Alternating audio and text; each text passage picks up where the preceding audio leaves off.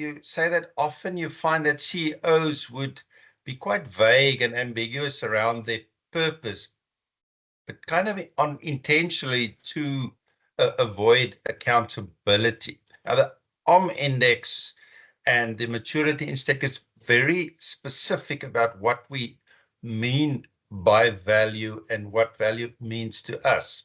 So there's no ambiguity within the OM index instrument. Could you expand on us and define it as per the Maturity Institute? Yeah, absolutely. I mean, I guess the starting point is, I mean, generally when we sit in front of a CEO, that's the first question we tend to ask a chief exec is, how do you define value? And it's interesting because often it's quite a question which causes them to really pause and think, because they don't often get asked about value. They just assume everybody knows what it is.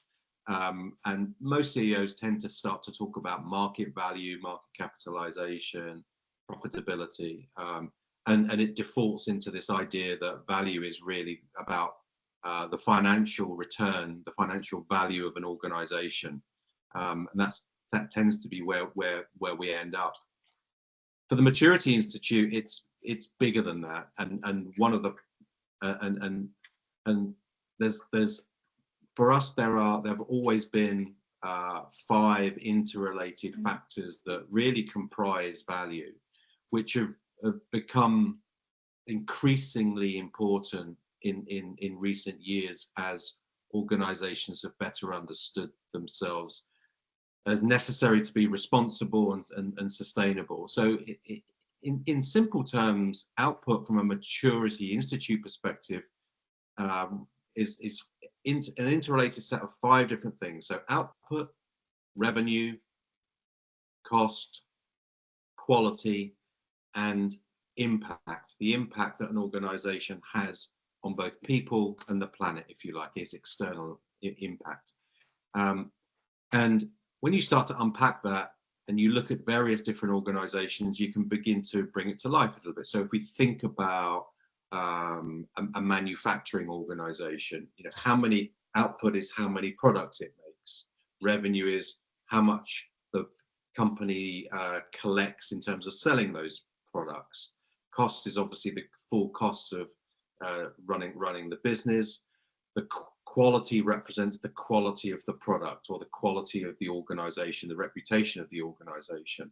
And the impact is the impact of the business operations on both the people that it employs, people within supply chains, but also the natural environment in terms of raw materials to make the product, impact on the outside world, and the whole life cycle of the product itself.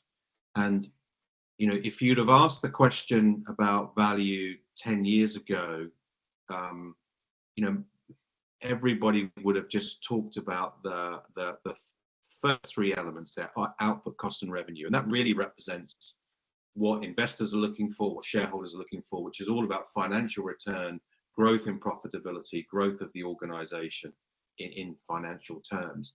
And often what we find missing from both a company's definition of value or the way they manage value on a day-to-day basis is that the quality side of an organization, the quality of the organization's products and services, and the impact it has are secondary factors. They're not primarily integrated into how they manage financial value. And if we bring that to life very simply, we've talked about Boeing. Boeing is still, still in the news today. You know, Boeing lost sight of the quality of its aircraft.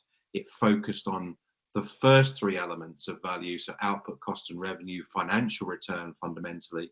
It relegated quality and it relegated impact, really. And the consequences of that we've seen in aircraft falling out the sky and a lot of quality issues, which have fundamentally undermined the value of Boeing in the longer term. So the paradox of focusing on financial value is that you end up introducing risk that will compromise the value of the whole enterprise over time. And we've seen that arise so many times. And we use lots and lots of different examples. You know, another simple example is BP, the big UK energy, oil and gas company, ended up focusing on the cost element of value, and was so focused on cost over a long period of time that it compromised the quality of its oil wells, the safety and the quality of its oil wells ended up with a massive environmental catastrophe. So actually it compromised, it focused so much on cost that quality suffered, and then it had an adverse impact on the environment and the people of the Gulf of Mexico, or the Gulf Coast of America. And that actually jeopardized, certainly it undermined the value for shareholders. It also jeopardized the business in the long term, made it very vulnerable to potential acquisitors. So in a maturity institute context, value is this of those 5 variables, but they're those 5 variables as an interrelated system that gets managed as a balanced system. So in the most mature organizations, you see that both very clearly defined and articulated, but also a set of performance indicators across each of those variables, which gets managed over time. And probably one of the best examples we've mentioned in previous videos is Mercadona, where it says, we don't try to improve any one of those variables if one of them is going to be detrimentally affected. So in short, if we're going to cut cost and cause harm, we won't do that. If we're going to cut cost and undermine the quality of the organization, we won't do that. And for the most part, in immature organizations, you see things like cost cutting being done without that understanding of the full system of value. Or understanding, but being they are happy to undercut the quality if they can save a few cents on the product. And that goes back to the whole understanding of value and the intentionality around wanting to provide value from a holistic point of view. Yeah, I think we've got an even a very nice example that's occurred in the last week, which is if you look at Tesla, Elon Musk, obviously very much in the news, being brought into the US government to cut costs, famously cut costs at Twitter or X. But what's happened this week is that panels have been falling off the Cybertruck, the truck that Tesla introduced to the market relatively recently. And what they've realized is that the glue that they were using wasn't good enough. So they've used a cheaper variety of glue, and which I think in wet or adverse weather ends up not sticking. And so they've had the panels falling off. They've had to recall. I think they've recalled pretty much all of them.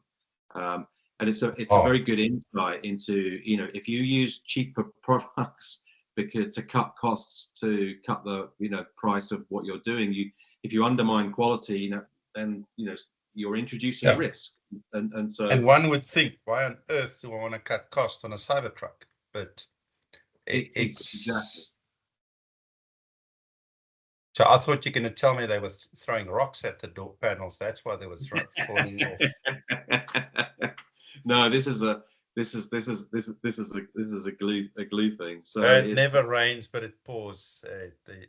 Well, and let's be clear. I mean, this, you have to make difficult decisions, in terms of making your product. But coming back to when we were managing value, and we talked a little bit about purpose. For the Maturity Institute, purpose in a mature organization is an organization defining value, if you like. So we're looking for organizations who are striving to make the best quality products as efficiently as possible, but also managing their impacts, managing out harm, and managing in a positive impact where possible. So we use that definition of value to test an organization's underlying purpose, because ultimately value, the way an organization defines and manages value, is in reality what its purpose is. So I'm not going to say Tesla didn't make a tough decision around, what kind of glue it was going to use on its cars, but someone made a bad decision and chose a product which is cheaper and ultimately has caused problems with its cars. So it may have made more money by selling those cars in the short term, so it's uplifted profitability, but the quality of that product has been diminished, and that risk has manifested, meaning the value of the organization over time has suffered, right? So that's how that relationship, how that system works. And it will talk again to how so if in terms of the holistic, so we're focusing now on the value, but we don't know what the reason was, but it might be that some of the internal departments were incentivized to find cheaper products, and it could have been a systemic failure where they might have not taken the time to test as much as they should have. So they've cut cost on they must have cut cost on the testing cycle, because you won't introduce a change without, we're not supposed to introduce change in a manufacturing environment without rigorous testing. And that's a big lesson, but it gives the company the opportunity to rethink about value, rethink about its systems, and rethink about its incentives, because all these things hang together. So that's a real brilliant example of how not understanding it holistically impacts the total value. You've saved a few rand on glue, but you've cost the company and the reputation millions, probably billions in this case. Yeah, and you've touched upon the important bit of this, which is, the way that the organization defines and manages value and translates that into how individuals make decisions, how they act, and how they behave according to the value that they're trying to create. So in that situation, you can imagine people at Tesla possibly being under extreme pressure to get the product out into market. So they compromise the testing, or they may have been under pressure to hit margins, and being told that they've got to hit X% margin, and so they make a choice to choose a cheaper glue to stick the panels on. So all these things in terms of how you define value, cascade and translate through to individual actions and behaviors. The team leader, the factory leader, or whoever's in charge may be under pressure. Maybe their bonus is on the line if they don't hit their targets. Maybe their job's on the line if they don't hit their targets. And consequently, you end up having behavior which is skewed away from the underlying holistic form of value, which will keep the integrity and the sustainability of that value intact over time. My guess is that I don't think someone was trying to save cost. I guess what happened is it's the lack of intentionality around defining value and understanding the whole system. What often happens in manufacturing is they probably ran out of glue and they said, oh, this thing works just as great, and stuck it on, and then all hell breaks loose. And someone thought he was it, but if we are having those discussions around value and how important it is to stick to the holistic view, then these mistakes become less. Yeah, and I would, one of the things that I would concern me is, if that's happened at Tesla, and if that's something which has happened more than once, and we know that the quality of their cars does not compare to the best cars that are produced. We know that over time, for example, a maturity example at Toyota, sets out to make 0 defects on its car. So quality is everything. It's and a lack of quality in car and recalling cars because of problems is something which hurts them, deeply, personally and professionally. The thing about the way Musk is run Tesla is, what's happening at Starlink are the same, the sort of SpaceX. So, what's happening, is that definition of value translate to all the organizations that he's running? So are there risks in those rockets going up into the sky, which ultimately some of them are carrying people, and are they making decisions which mean that the quality of what they're producing isn't as good as it could or should be, and particularly in a manufacturing context, that's a red flag, and particularly with products that are manufactured which have a relationship with the health and safety of people themselves.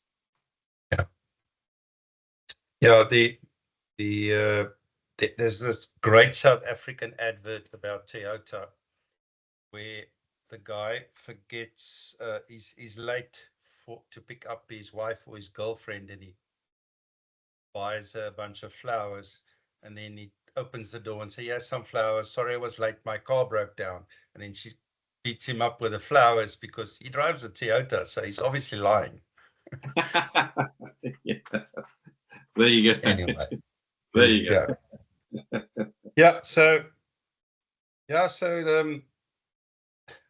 Some big lessons and some big risks out there for if you ignore the whole concept of value. Thank you for that in-depth summary and explanation, Stuart.